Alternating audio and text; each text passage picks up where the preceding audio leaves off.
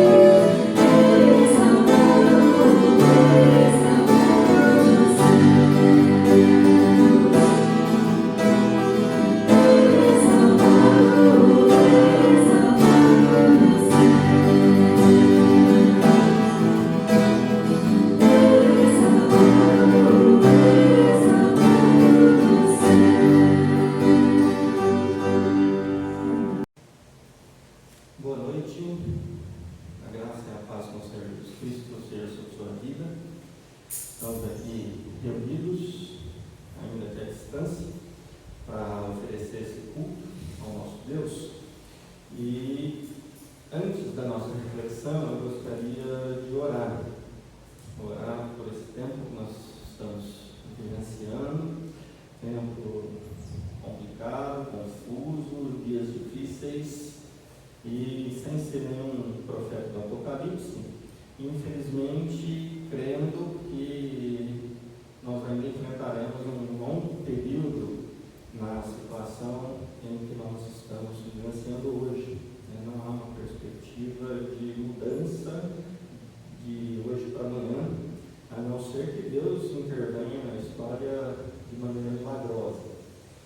Claro que nós temos nessa possibilidade, mas diante de nós estão os fatos e nós temos acompanhado com preocupação e com apreensão tudo isso, e quando nós estamos preocupados com qualquer tipo de situação que seja, o ensino bíblico nos diz que nós devemos colocar isso diante do nosso Deus. E por isso eu gostaria que você não somente me acompanhasse nessa oração, mas que você orasse junto comigo, que você orasse também aonde você estiver, em que horário você estará assistindo a esse culto, que você tirasse aí então um tempinho para fazer essa oração também. Vamos orar? Senhor nosso Deus, Pai, louvado e agradecido seja o nome do Senhor. Nós que temos vivenciado esse tempo confuso e difícil, a Deus, tempo em que nós sabemos da capacidade humana para tomar decisões, para desenvolver medicamentos eficazes, para construir um planejamento, um plano de ação que seja efetivo no combate a essa pandemia, Deus. Mas o Senhor, muito melhor do que nós, sabe que por trás de tudo isso nós temos encontrado também o coração humano, coração que tem feito com que essa situação seja ainda pior do que ela realmente já é. Deus, que o Senhor esteja trazendo aos corações daqueles que têm poder para tomar decisões sabedoria e misericórdia que vem da parte do Senhor, para que as decisões a serem tomadas, ou em qualquer esfera do poder público, que elas sejam tomadas para benefício do nosso povo e não simplesmente como uma disputa satânica do poder. Infelizmente, ó Deus, é isso que nós temos experimentado e é isso que tem afligido o meu coração. E por isso eu coloco essa situação diante de Ti, ó Pai. Peço que seja também a ação do Seu Santo Espírito a trazer conforto aos corações de tantas famílias que estão sofrendo pela perca de alguém, mais de 270 mil pessoas já falecidas e milhares de outras, ó Pai, que estão nos leitos de UTIs e tantas outras que estão aguardando por um leito nos corredores dos hospitais. Deus, que o Senhor, através da Sua mão, através de algo que somente o Senhor é capaz de fazer, que o Senhor esteja trazendo esperança e consolo a todas essas pessoas. E a nós também, ó Pai, que não estamos sentindo na pele essa mesma situação, que o Senhor traga ao nosso coração também compaixão, misericórdia e sensatez, para que no nosso dia a dia nós também façamos aquilo que compete a nós, para que de alguma forma também através de nós essa pandemia seja abreviada. Nós cremos, ó Deus, que o Senhor é o Senhor da história. Nós cremos que nada do que acontece foge ao seu controle. Mas eu também creio, ó Deus, que em tudo que acontece, o Senhor tem algo a nos ensinar. Ajuda-nos a compreender, ó Pai, as lições que o Senhor quer nos ensinar nesse tempo de pandemia. E que isso transforme a nossa visão de mundo, que isso transforme as nossas vidas e que a partir de então a nossa vida possa ser vivida para honrar, glorificar o Seu nome, agora acrescido desse entendimento que há tanta luta e com muita dor nós temos aprendido, ó Pai. Nós assim oramos, ó Pai, agradecidos desde já porque eu creio que o Senhor é um Deus que ouve as nossas orações, eu creio que o Senhor é um Deus que não somente ouve, mas um Deus que age nas nossas vidas, e que seja para a honra e glória do seu nome. Eu agradeço a Ti, em nome santo de Jesus. Amém.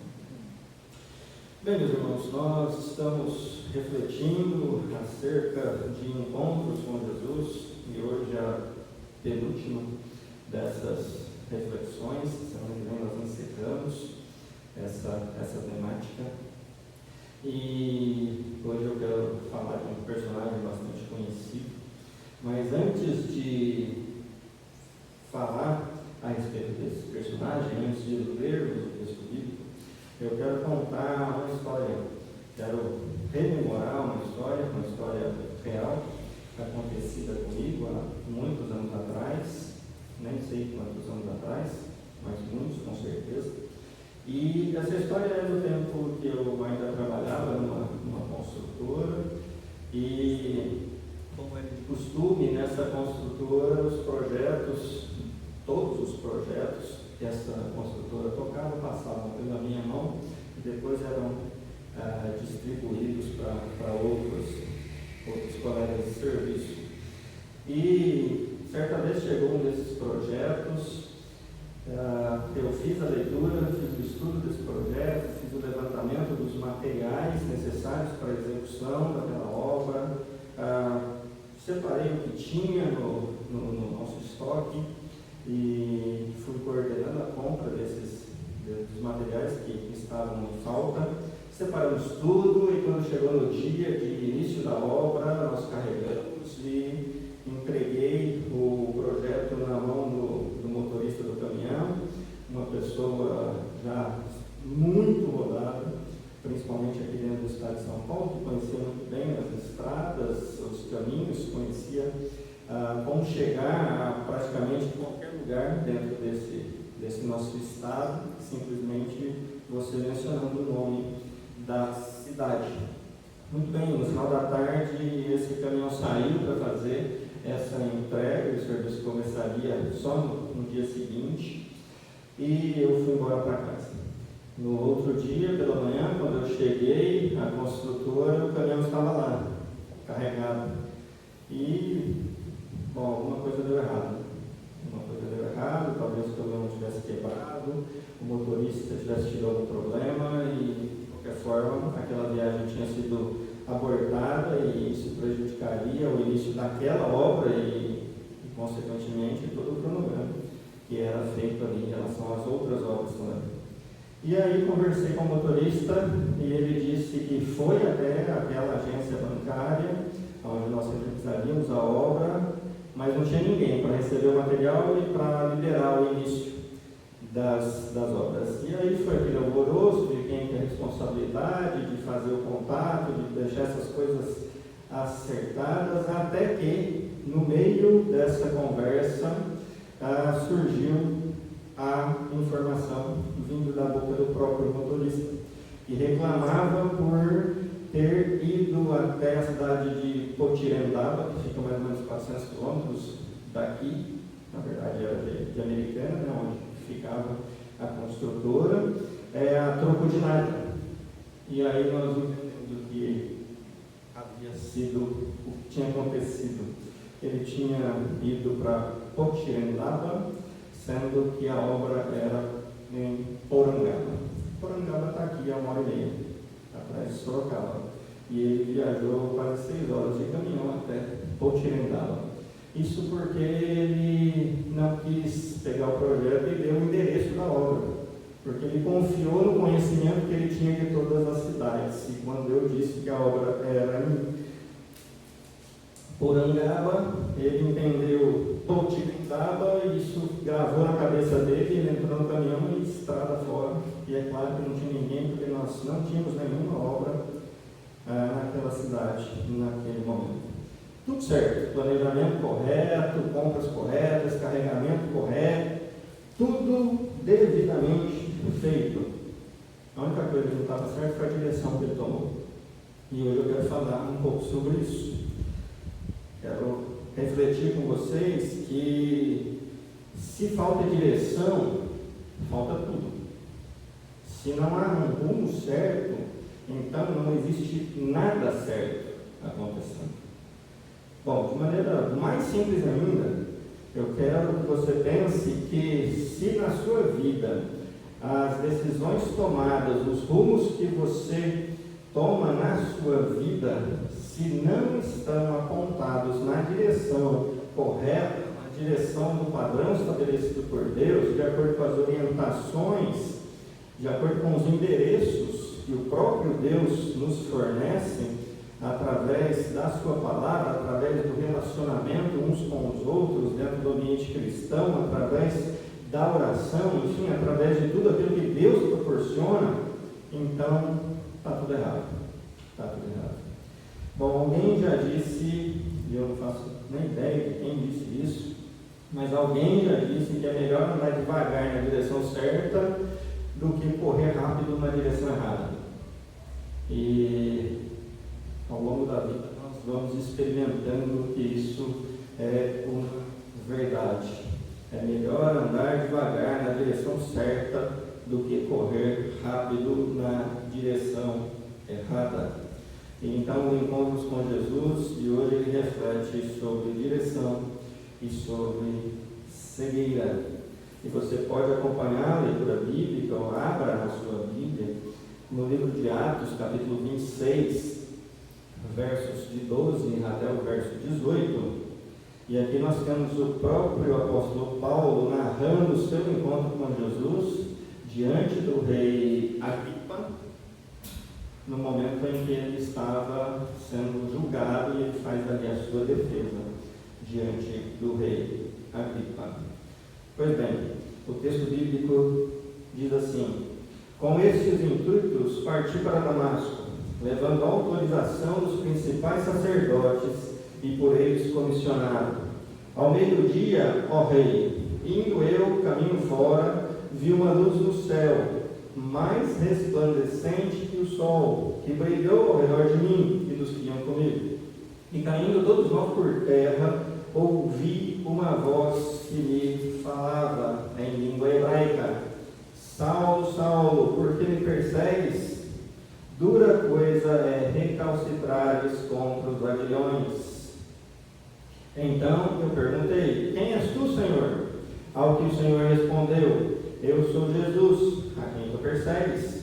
Mas levanta-te e firma-te sobre teus pés, porque por isso te apareci, para te constituir ministro e testemunha, tanto das coisas em que me viste, como daquelas pelas quais te aparecerei ainda, livrando-te do povo e dos gentios, para os quais eu te envio, para lhes abrires os olhos e os converteres das trevas para a luz, e da potestade de Satanás para Deus, a fim de que recebam eles remissão de pecados e herança entre os que são santificados pela fé em mim. Bem, como nós sabemos, Paulo era judeu romano, tinha dupla cidadania, soldado e um importante nome na repressão que, nesse momento, ou um pouquinho antes disso, na verdade, era uma repressão crescente em relação a essa ainda nova crença cristã, crença fundamentada no Cristo ressurreto, que fazia com que as pessoas então estavam se organizando para prestar culto a Deus, agora entendendo também que Cristo era o Messias prometido. E Paulo assolava igrejas, e Paulo invadia casas, ele arrastava pessoas pelas ruas, mandava essas pessoas à prisão. Isso tudo você vê lá em Atos capítulo 8, lá no verso 3, que fala sobre esse momento de perseguição. E foi com esse objetivo de destruir essa nova crença que Paulo parte para Damasco, lá capítulo 9, versos 1 e 2. Fazendo tudo certo, de acordo com a consciência religiosa que ele possuía, de acordo com o conhecimento que ele possuía, com a bagagem que ele possuía, estava fazendo tudo certo. Como ele mesmo se descreve ele era extremamente zeloso, ele era extremamente cuidadoso em preservar tudo aquilo que ele possuía como bagagem religiosa e não pedia nenhum esforço para defender isso. Bom, no caminho para Damasco ocorre algo extraordinário. Acabamos de ler aqui, da boca do próprio apóstolo Paulo, não da pena, não da tinta de Lucas, o historiador, mas da boca do próprio Paulo, que relata esse episódio ao rei Agripa. Ele viu uma luz que excedia a luz do meio-dia, e ele ouviu uma voz em hebraico, ou talvez em aramaico, uma voz que aos outros presentes era apenas um som, mas Paulo ouviu isso de maneira muito clara, entendendo perfeitamente o que essa luz dizia e aquilo que ela queria, essa voz dizia e aquilo que ela queria comunicar a ele. E eu gostaria então de fazer algumas reflexões acerca disso.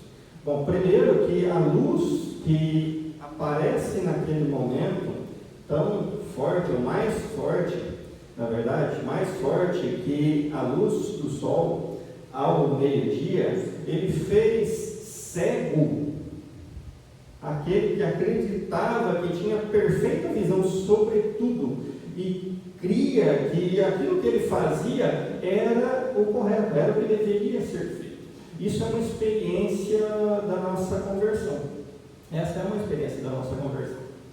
A conversão, ela pode ser entendida, claro, de uma maneira muito pequena, uma fração do entendimento que nós temos sobre conversão, certamente é o fato de que a conversão nos faz cegos diante de toda a nossa bagagem, de toda a nossa história, de todo o nosso conhecimento, tudo aquilo que nós possuíamos até aquele momento da conversão. Não há um reaproveitamento de ideias, não há um ajuste de ideia, não é isso, não é isso. O que há é uma nova maneira de enxergar, e para que haja essa nova maneira, tem que começar de um ponto zero, e esse ponto zero é essa cegueira, Não é simplesmente alguém que enxerga mais ou menos e a partir da sua conversão passa a usar um óculos adequado, com uma lente adequada, e aquilo que estava meio embaçado passa a ser enxergado de maneira nítida. Não é isso. Não é que a pessoa estava certa, mas confusa, e a partir da sua conversão agora ela está certa e enxergando claramente. Não é isso. A conversão não é assim. A conversão é alguém que enxergava claramente, mas estava completamente errado naquilo que enxergava.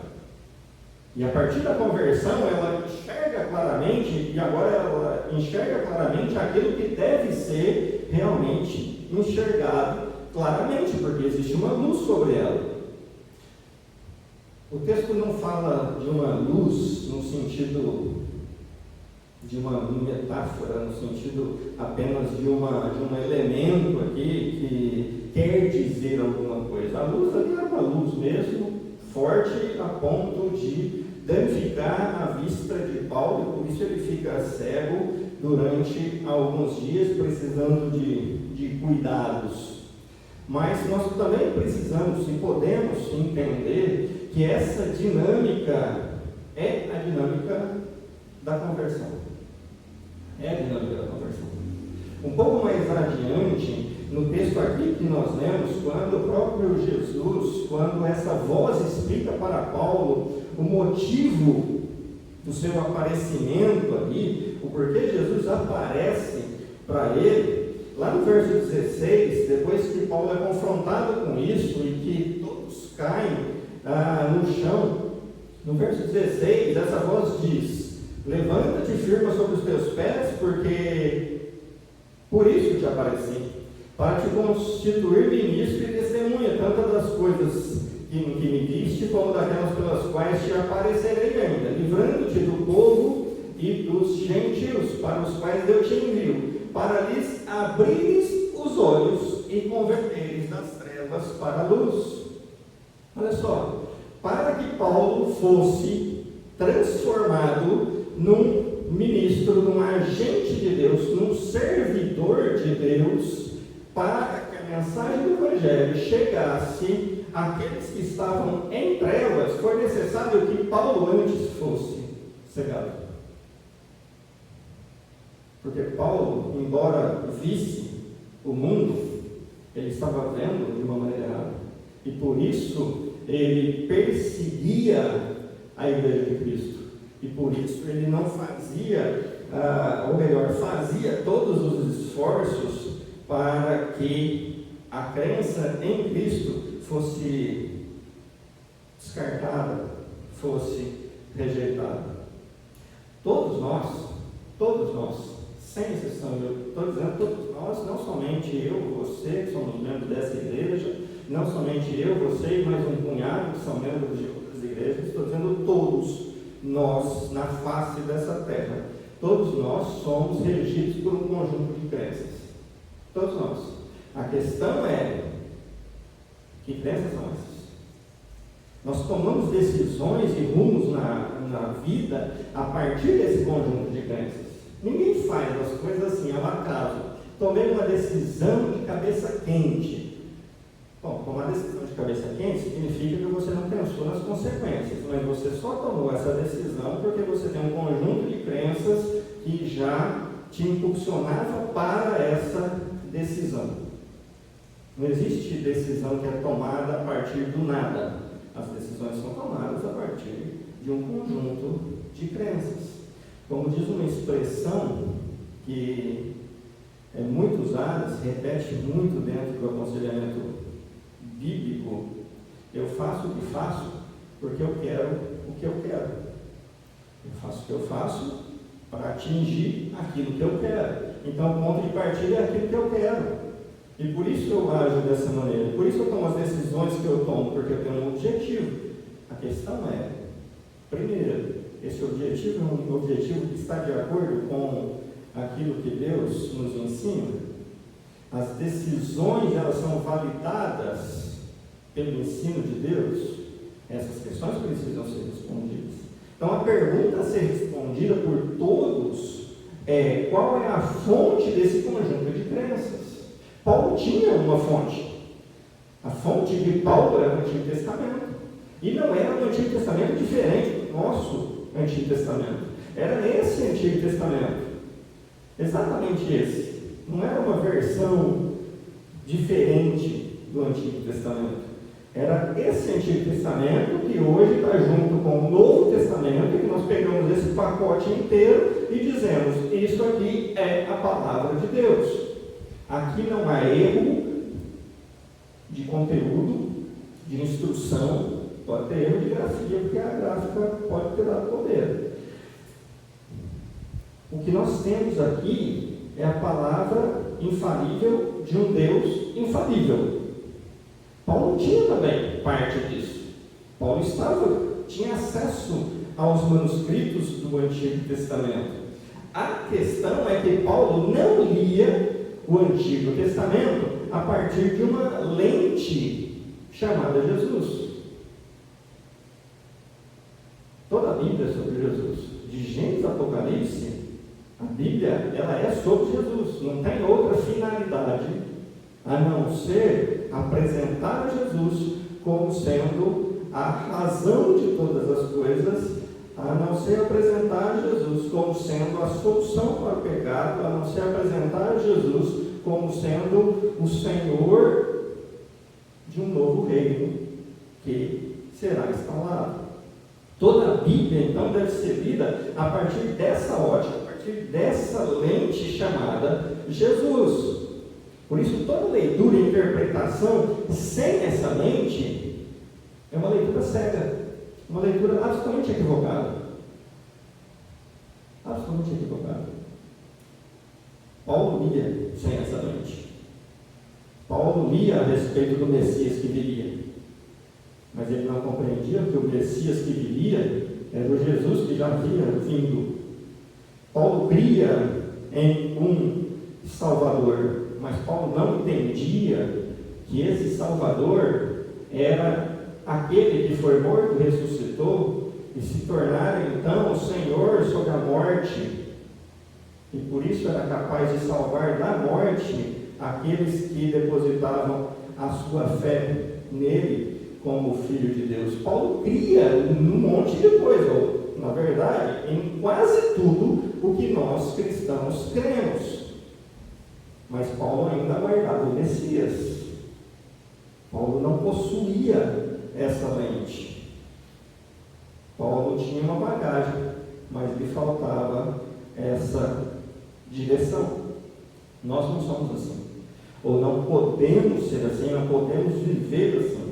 Talvez questões que são muito práticas, que nós precisamos então rever, ou talvez não rever, mas começar a ver dentro da nossa compreensão de cristianismo, é se nós realmente nos apropriamos do ensino bíblico a partir dessa leitura, a partir dessa chave de leitura, a partir dessa lente chamada Jesus. E aí nós vamos ter então que lidar com algumas perguntas. Quais seriam as prioridades de Jesus em meio à pandemia? Jesus estaria preocupado com o que no meio da pandemia? E eu não vou dar resposta, mas eu espero que você pense a respeito disso. Jesus estaria preocupado com o quê? Ou Jesus estaria mais preocupado com o quê? Porque nós falamos de prioridade, não quer dizer que é uma coisa só. Podem ser várias. Só não tem como ser várias prioridades ao mesmo tempo, né? Porque a prioridade indica que uma coisa está antes da outra. Se tudo é prioridade, significa que nada é prioridade. Normalmente já funciona assim de maneira muito prática nas nossas vidas. Quando queremos fazer tudo ao mesmo tempo, não fazemos nada, e o que fazemos mal feito, porque é tudo na base do atabalhamento. Quais seriam as prioridades de Jesus em meio à pandemia? Seria a economia, seria a saúde, seria o desemprego?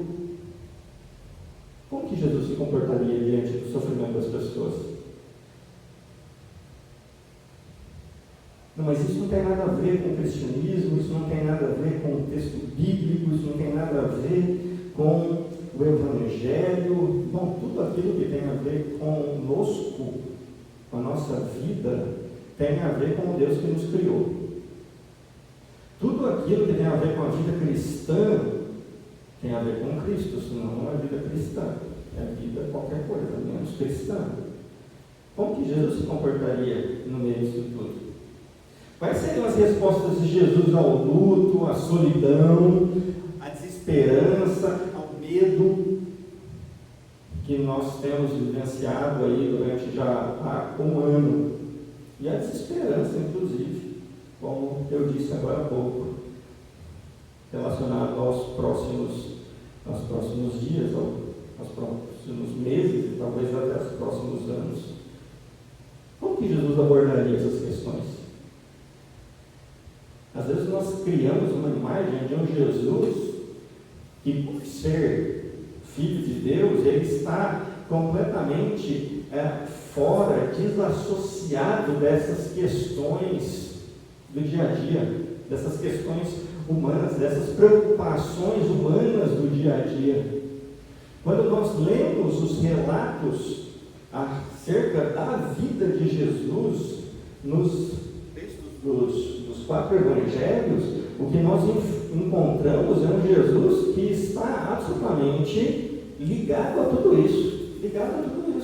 Ele lida com essas questões, ele lida com o choro de pessoas que estão velando seus mortos, ele lida com o medo, ele lida com pessoas que estão desassistidas socialmente, ele lida com questão de casamento, ele lida com questões que são as nossas questões. Se nós não fazemos essa leitura das nossas preocupações do dia a dia e recorremos à instrução bíblica usando Jesus como lente pela qual nós lemos esse texto bíblico, vamos criar mais problemas do que encontrar soluções. Certamente. Quais seriam os rumos que Jesus daria à sua igreja nos dias sombrios que temos vivido? O que ele diria para a sua igreja? Se ele fosse o pastor da igreja, se ele fosse o presidente de uma igreja física, local, o que ele diria? Vamos demonstrar nossa fé fazendo culto mesmo. Vamos encher a igreja para mostrar para a sociedade que nós não temos medo desse vírus. Será que era isso que ele faria? Será que ele diria que nós não precisamos do templo físico para oferecer culto a Deus? Será que ele recordaria de alguns ensinamentos sobre orar na sua própria casa, sobre fazer a sua leitura bíblica e a sua devocional na sua própria casa? Como ele conduziria a igreja? Como que a igreja vai se comportar? Como que uma igreja de Jesus estaria se comportando nos dias de hoje? Usando uma frase, ainda de fora do contexto em que ela foi dita, eu nem vou citar do pastor, mas diante de algumas questões que ele entende que são erradas, algumas atitudes que são erradas vindas dos poderes públicos, ele constantemente pergunta aos cristãos: Jesus diria amém a essas políticas públicas? Jesus diria amém a esse discurso dessa pessoa? Jesus diria amém a esse posicionamento? E nós não paramos para pensar sobre isso. Nós temos as nossas convicções sobre tudo, temos a nossa visão sobre tudo, mas Jesus não entra nessa visão. Bom, se é assim, a nossa visão é uma cegueira. Não passa de uma cegueira. E pior, pessoas cegas, nós, quando estamos cegos, sem essa lente, nós nos tornamos arrogantes. Nós nos tornamos pessoas que acham, que acreditam que estão fazendo o que é correto e que por isso não precisam reavaliar as suas posturas à luz do ensinamento bíblico. Não, Bíblia não é para isso. Bíblia é para a igreja. Para a igreja, estudar lá dentro da igreja, cantar, orar, e depois fechar a porta e ir embora, e cada um vive a sua vida do jeito que quer. E assim foi ao longo do tempo, e assim temos escolhido hoje a falta de compreensão do que é comunidade cristã. Você tem comunidade, aonde tem. A questão é se essas comunidades elas são cristãs. A questão é se Jesus continua sendo a lente pelas quais nós lemos as mais diversas preocupações que todos nós enfrentamos. Bem, nós podemos fazer caminhadas longas na direção errada se nós não as fizermos sob uma luz correta. E isso é tristemente comum nas nossas vidas. Sabe aquela sensação de tomar, às vezes, ou melhor, sensação, a compreensão de ter tomado decisões que se mostraram erradas, e aí depois você percebe que você tanto se esforçou por fazer aquilo, por ir naquela direção, mas você percebe que fez as coisas de maneira errada. E sabe por que isso acontece? Porque na hora de tomar as decisões, nós tomamos as decisões sob uma luz incorreta. Nós tomamos as decisões baseadas naquilo que nós sentimos, baseados no nosso bem-estar, baseado nos sentimentos diabólicos que brotam no nosso coração. E aí deixamos Jesus de lado, não perguntamos como que Jesus reagiria, não estudamos para ver como que Jesus reagiu, e aí simplesmente vamos tomando decisões. Bom, às vezes você percebe isso depois de uma caminhada não tão longa, e aí ainda dá tempo de voltar. Mas quando você roda com um caminhão 400 quilômetros de ida e depois 400 quilômetros de volta, é impossível fazer a entrega do material na mesma noite. E aí não tem mais como voltar atrás. E aí o erro foi erro, e esse erro vai trazer uma série de outras consequências. Ao fazer essas perguntas, então, nós temos que refletir sobre direção. Não no sentido de quem direciona nossas vidas, mas no sentido de para onde nossas vidas estão direcionadas. Porque se você perguntasse para Paulo, quem direciona as suas decisões? Deus. Quem vai ser? Deus. Estou aqui como representante do povo de Deus, empregando todas as minhas forças para combater gente que quer destruir as nossas crenças. Bom, vou falar que ele está errado? Hoje eu posso falar que ele está errado. Mas qualquer um, naquele momento que falasse que está errado, que Paulo estivesse errado, não surtiria nenhum efeito, e nem teria como surtir o efeito esperado mesmo.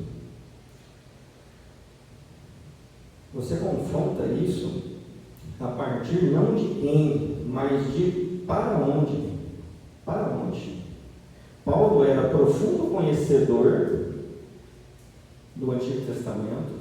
Paulo era profundamente zeloso em relação a esse conteúdo, em relação à sua fé, mas ele não se dava conta que tudo isso que ele possuía e que tanto ele prezava estava transformando, ou havia transformado Paulo, não em alguém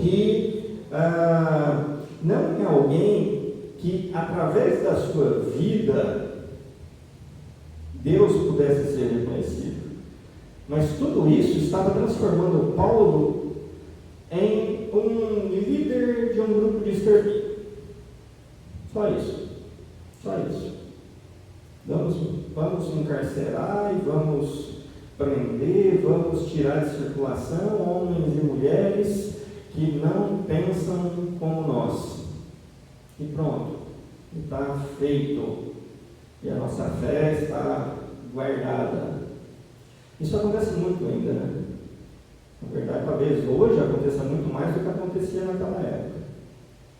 Nenhuma convicção religiosa que faça com que uma pessoa seja tomada pelo ódio, pela ganância, pela vingança, pelo prazer no sofrimento de uma outra pessoa, ela pode existir ou pode continuar existindo quando Jesus passa a ser a lente de entendimento da vontade de Deus para as nossas vidas. Isso é absolutamente contraditório. Absolutamente contraditório. Nenhum sentimento desses, e é claro, se eu estou dizendo que nenhum sentimento pode haver, eu também estou dizendo que nenhuma ação pode haver.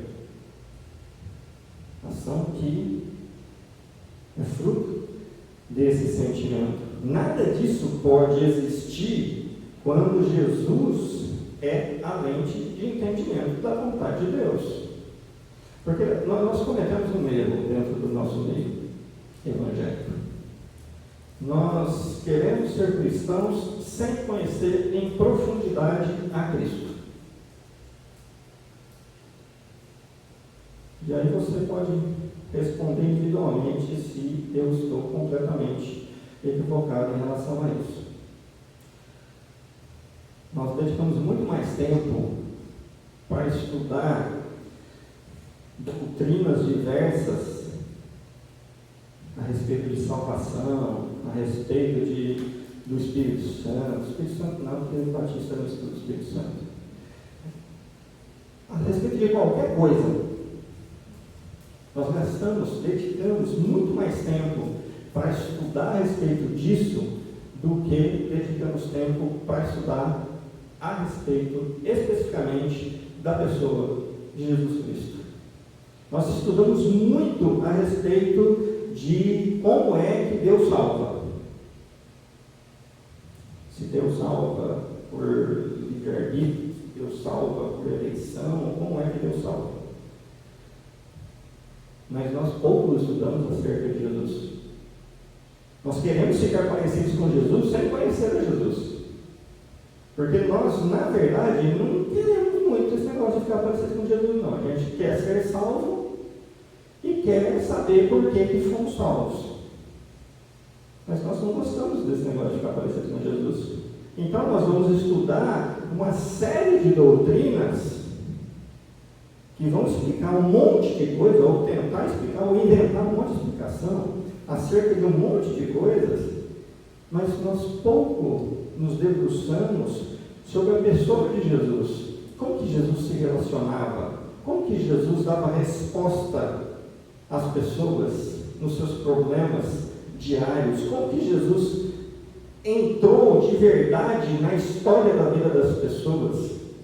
Nós não estamos muito interessados nisso, só que nós queremos, pelo menos é o que nós dizemos, nós queremos nos tornar cada vez mais parecidos com Cristo. O alvo é que o caráter de Cristo seja moldado em nós, como se isso fosse um passe de mágica. Bom, o caráter de Cristo está aqui, está escrito aqui, só que nós não dedicamos tempo para ler esse caráter descrito aqui. Nós dedicamos tempo para ler sobre uma porção de outra coisa, que são importantes, mas não são as mais importantes. Nenhum conhecimento teológico que nos faça mais parecidos com Cristo e mais gratos a Deus, sequer vale a pena de ser adquirido. Nenhum.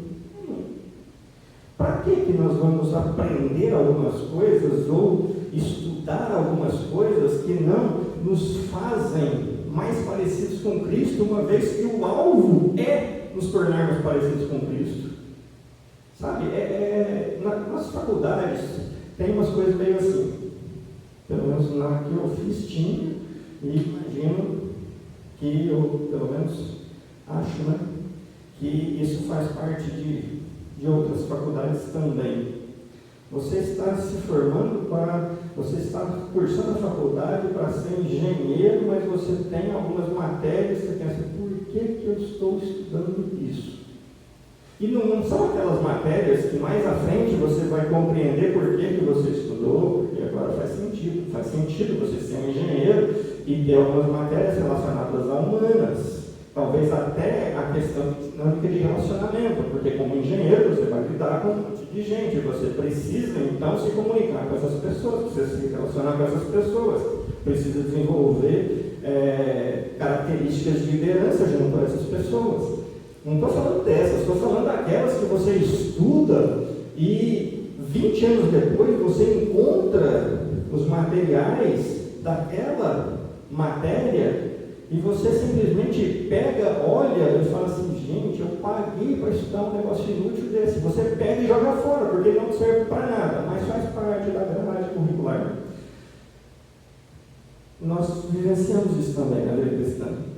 Às vezes nós adquirimos conhecimentos que não nos aproximam de Deus, não nos fazem parecidos com Cristo. Por que eu estou dizendo isso? Porque Paulo tinha esses mesmos conhecimentos. Os conhecimentos que Paulo tinha não o aproximavam de Deus. Pelo menos não do Deus verdadeiro. Paulo havia se tornado um religioso fanático. Mas Paulo não tinha todas as informações. Ok, mas nem todo mundo que não tinha as mesmas informações se tornaram religiosos fanáticos. Não era todo judeu que saía pela rua perseguindo cristãos. Não era. Paulo se torna isso porque ele se deixa dominar por isso. E no nosso meio cristão, isso também acontece. Nós precisamos nos preocupar, eu digo nós, a cada um de nós, nos preocuparmos com isso. Em dedicar tempo para estudo e não gastar tempo com estudo. Estudo que não nos leva a Cristo é tempo gasto e não tempo investido. As perguntas que nós precisamos fazer, então, novamente eu digo, eu não vou dar resposta, porque a resposta é absolutamente sua. Quando eu leio a Bíblia, eu leio para adquirir conhecimento ou para ser mudado por ela? O que me leva a abrir um texto bíblico,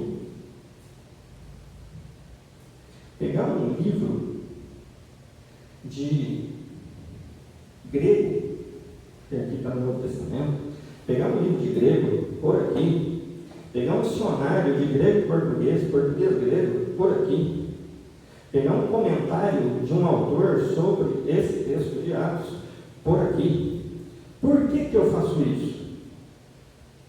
Bom, faço isso para adquirir conhecimento. Sem jogar fora. Sem jogar fora. A gente não lê a Bíblia para adquirir conhecimento.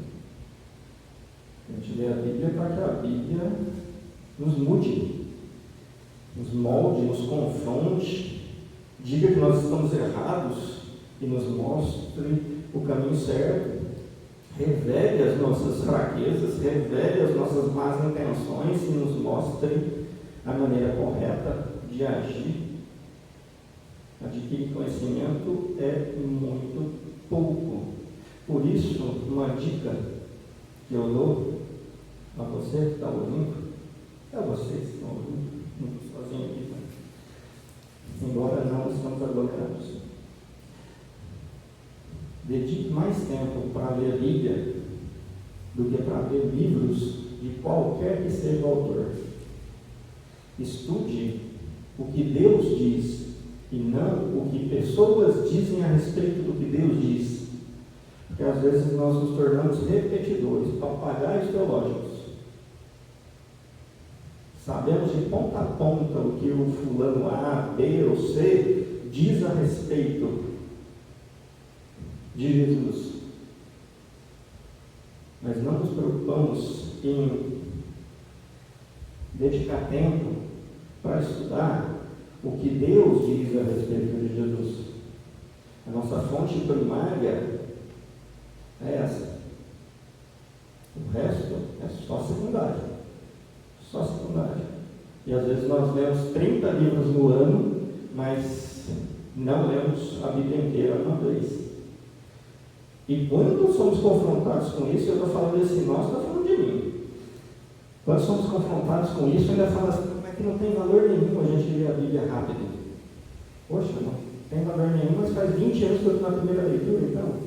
Mas que vagareza é essa também? Não podia ser tão lento assim também. Só que eu leio livros rápidos. A gente pega livros de 300 páginas e lê na semana com aquela fome. Aí a gente pega os 150 salmos e fica 6 meses para ler, que é um salmo por dia. Tem alguma coisa errada com isso? Por que você lê a Bíblia?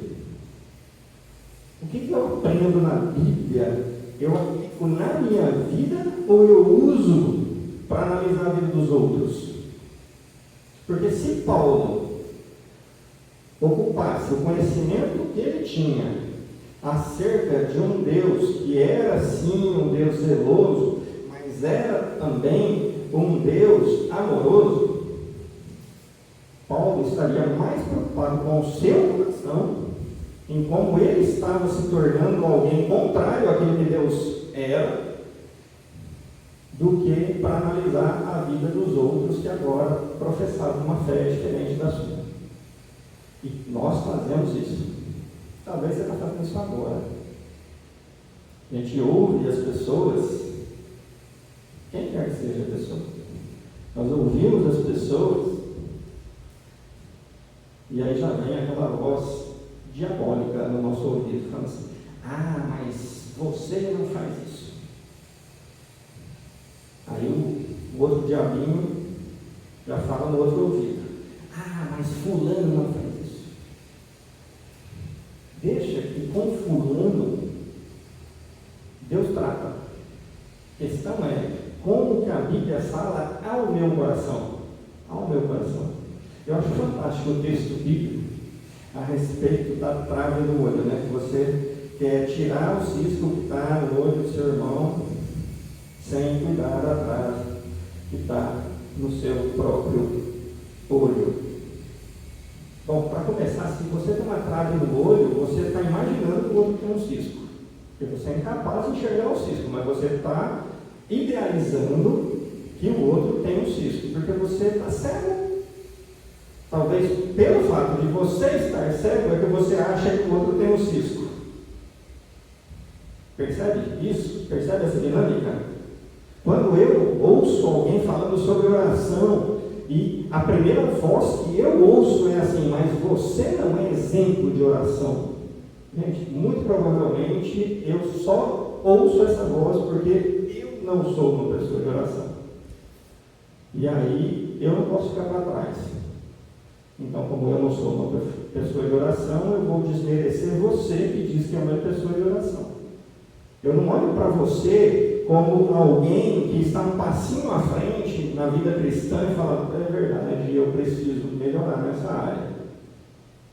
Para a gente ficar igual, eu não quero dar um passo para frente, eu quero puxar você um passo para trás.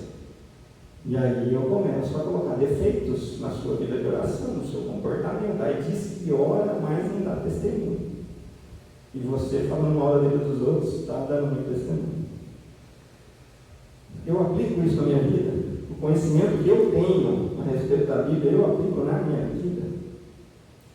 Me lembro aqui de um pastor que foi meu professor da teológica, e ele dizia o seguinte: ele era professor, entre outras matérias, na área de pregação, na área homilética.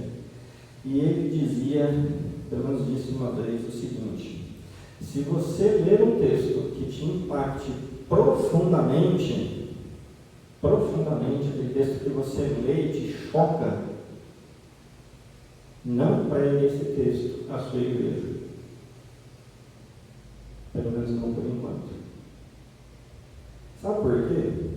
Porque na maior parte do tempo nós somos impactados pelos textos bíblicos, porque nós lemos os textos bíblicos e pensamos na igreja, pensamos nas outras pessoas, como viviam os primeiros convertidos. E eu estou tão revoltado em relação a como vivem os convertidos hoje, que eu quero pregar isso toda semana.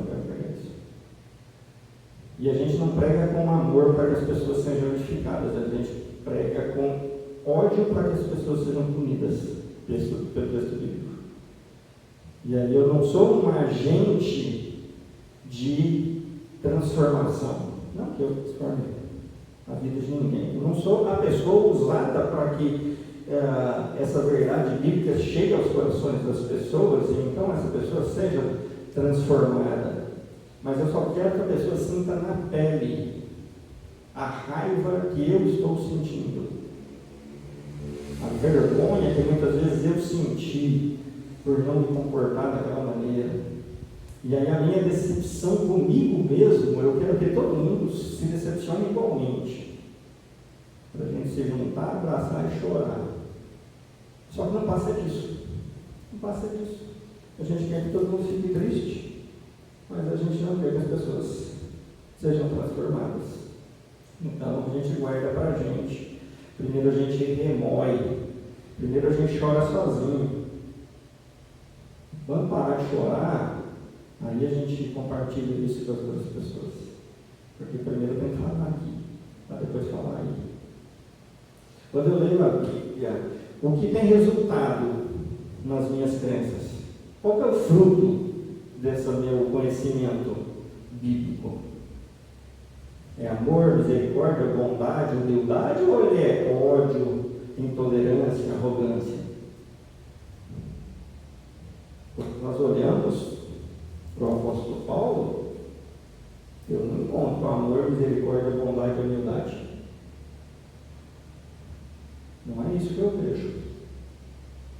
Mas ele tinha conhecimento religioso. Ele tinha quase todo o conhecimento religioso possível até aquele momento.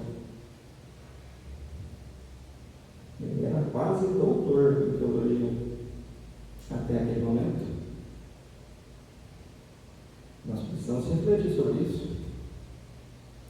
Qual que é o resultado do nosso desenvolvimento? Qual que é o resultado dos anos da minha conversão?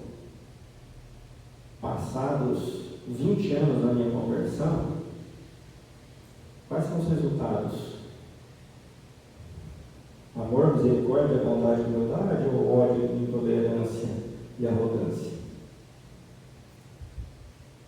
E isso não é necessariamente a partir simplesmente de você fazer algo contra outra pessoa de maneira evidente. Eu posso demonstrar isso, talvez, simplesmente demonstrando que eu sei mais do que todo mundo. Bom, se há uma necessidade de demonstrar que eu sei mais do que os outros, simplesmente para mostrar que eu sei mais do que os outros, a minha vida cristã não demonstra maturidade cristã. Eu acho fantástico, né, o que nós encontramos na segunda carta que Paulo escreve a Timóteo, que é a última das suas cartas, quando Paulo está preso, e entre os pedidos que Paulo faz a Timóteo, ele pede para que além da capa fosse enviado para ele os manuscritos. E eu acho legal isso. É demonstração de humildade. Você acha que Paulo não tinha esses textos? Não tinha, pelo menos os principais textos do Antigo Testamento, de cor na sua cabeça? Claro que tinha. Mas isso é demonstração de humildade. Sabe quando alguém te oferece um estudo bíblico, uma faculdade, qualquer coisa, te convida, você recebe aqueles convites lá no seu e-mail, vai ter uma aula grátis sobre Efésios. E aí você pensa assim, poxa vida, Efésios eu já traduzi de frente para trás, de trás para frente, já ensinei Efésios uma dezena de vezes, não vou perder meu tempo com isso não. Isso é arrogância. Porque aquilo que o outro vai falar a respeito, eu não sei. Eu não sei o que o outro vai ensinar a respeito. Por isso, você, numa posição de humildade, inclusive reconhecendo que Deus pode falar através da outra pessoa de maneira muito mais clara do que você, às vezes, acha que Deus falou com você, você põe na sua agenda e você se esforça para assistir aquela aula, para participar daquela aula, enfim, poder ser beneficiado com aquilo que está sendo compartilhado. Às vezes as nossas atitudes, elas demonstram isso. Então nós podemos fazer longas caminhadas na direção errada se não as fizermos sobre crenças corretas. E aí temos uma vida de 15, 20, 30, 50 anos de vida cristã. E fizemos tantas coisas, e nos envolvemos com tantas coisas, mas fizemos tudo a partir de crenças equivocadas. E aquilo que é feito a partir de crença equivocada, sob uma luz equivocada, não serve. Então nós precisamos tomar muito cuidado com isso. Encontros com Jesus, eles nos dão visões e rumos de vida transformados. E não é uma transformação única e momentânea, é uma transformação constante. Paulo está sendo confrontado com isso. Paulo, o que você fez até agora está errado. Todo o seu zelo até agora não é isso que eu quero de você. Paulo, o seu empenho para me defender, joga fora, cara, joga fora. Você está usando esse empenho todo com ódio, joga fora. Não é isso que eu quero para a sua vida, e não é isso que vai trazer benefício para o meu povo. Paulo, até agora você enxergou tudo errado. Você está completamente equivocado na maneira como você enxerga as outras pessoas. Isso é extremamente importante que nós apliquemos nas nossas vidas. Encontros com Jesus não é simplesmente dizer eu sou convertido, mas é um experimentar, provar dia após dia que as nossas mentes, que as nossas vidas, que a nossa visão de mundo foram transformados pelo Cristo que nos encontrou. E aí o exercício final eu deixo com você. Faça uma lista de quais foram as crenças que você possuía e que foram transformadas, crenças práticas, ações práticas, e que foram transformadas a partir do seu encontro com Cristo. Eu espero que você precise de muitas folhas para poder escrever isso.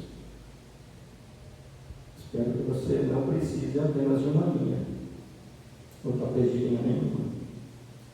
Nós precisamos ter as nossas vidas por completo transformadas, uma vez que nós já tivemos esse encontro pessoal com Cristo Jesus, Senhor e transformador das nossas vidas. Deus abençoe.